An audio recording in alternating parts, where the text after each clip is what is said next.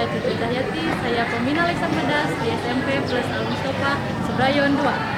Pada kesempatan kali ini, saya akan melaksanakan tantangan Leksam Pedas, yaitu bercerita. Pada bulan ini, saya membaca buku yang berjudul Kumpulan Cerita Rakyat Nusantara yang disusun oleh Yustia Angelina, penerbit Lintas Media Jombang, dan jumlah halaman sebanyak 128 halaman. Saya telah membaca cerita atau dongeng yang berjudul Si Pahit Telida.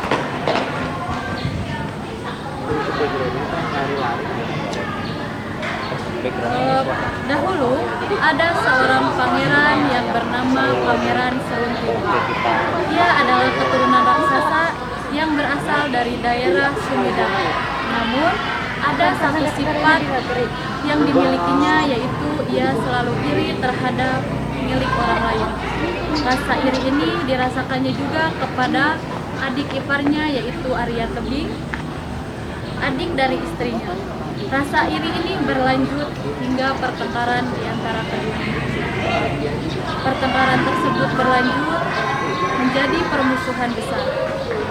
Penyebabnya, mereka memiliki ladang padi yang bersebelahan, yang dipisahkan oleh pepohonan. Di bawah pepohonan itu ditumbuhi cendawan. Cendawan yang menghadap ladang Arya Tebing tumbuh menjadi logam emas. Sedangkan cendawan yang menghadap ladang Serunting tumbuh menjadi tanaman yang tak berguna. Serunting menuduh Arya telah menggunakan ilmunya untuk mengubah cendawan miliknya menjadi tumbuhan ilalang. Pada suatu hari, terjadilah perkelahian sengit antara Serunting dan Arya Tebing. Karena Serunting lebih sakti, Arya terdesak dan hampir terbunuh. Namun, Arya berhasil melarikan diri. Kemudian, ia menanyakan kepada kakaknya kelemahan dari Serunting. Dan kakaknya pun menjawab bahwa kelemahan Serunting yaitu tumbuhan ilalang. Setelah mengetahui kelemahan dari Pangeran Serunting, Arya Tebing mengajak berkelahi atau bertarung kembali Pangeran Serunting. Dan Pangeran Serunting pun menyetujui pertarungan itu. Lagi-lagi Arya Tebing hampir terbunuh oleh Serunting.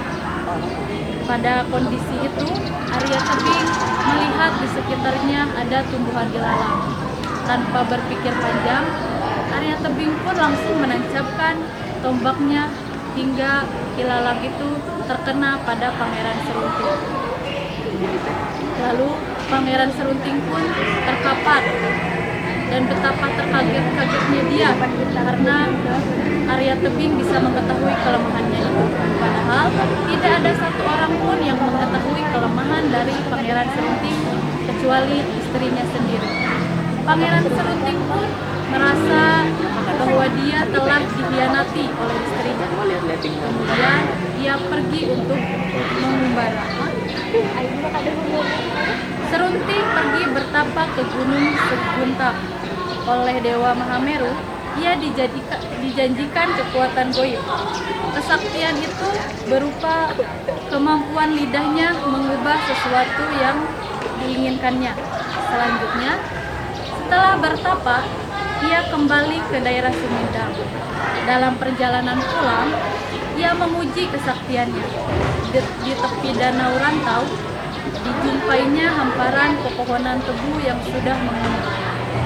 Serunting pun berkata, "Jadilah batu." Maka benar saja, tumbuhan itu berubah menjadi batu. Dia pun mengutuk setiap orang yang dijumpainya menjadi batu. Sejak saat itu, Pangeran Serunting dijuluki Si Pahit Telida. Setelah sekian lama berjalan dari satu daerah ke daerah lainnya, Si Pahit Telida pun sadar akan kesalahan yang telah ia perbuat. Lalu ia ingin menebus segala kesalahan dengan kebaikan. Dikabarkan ia mengubah bukit serut yang gundul menjadi hutan kayu yang rimbun. Penduduk setempat senang dan menikmati hasil hutan yang melimpah. Walaupun kata-kata yang keluar dari Pangeran Serunting telah berubah manis, Serunting tetap dijuluki sebagai si pahit lidah. Sekian yang dapat saya sampaikan. Mohon maaf bila ada salah-salah kata. Wassalamualaikum warahmatullahi wabarakatuh. Salam literasi.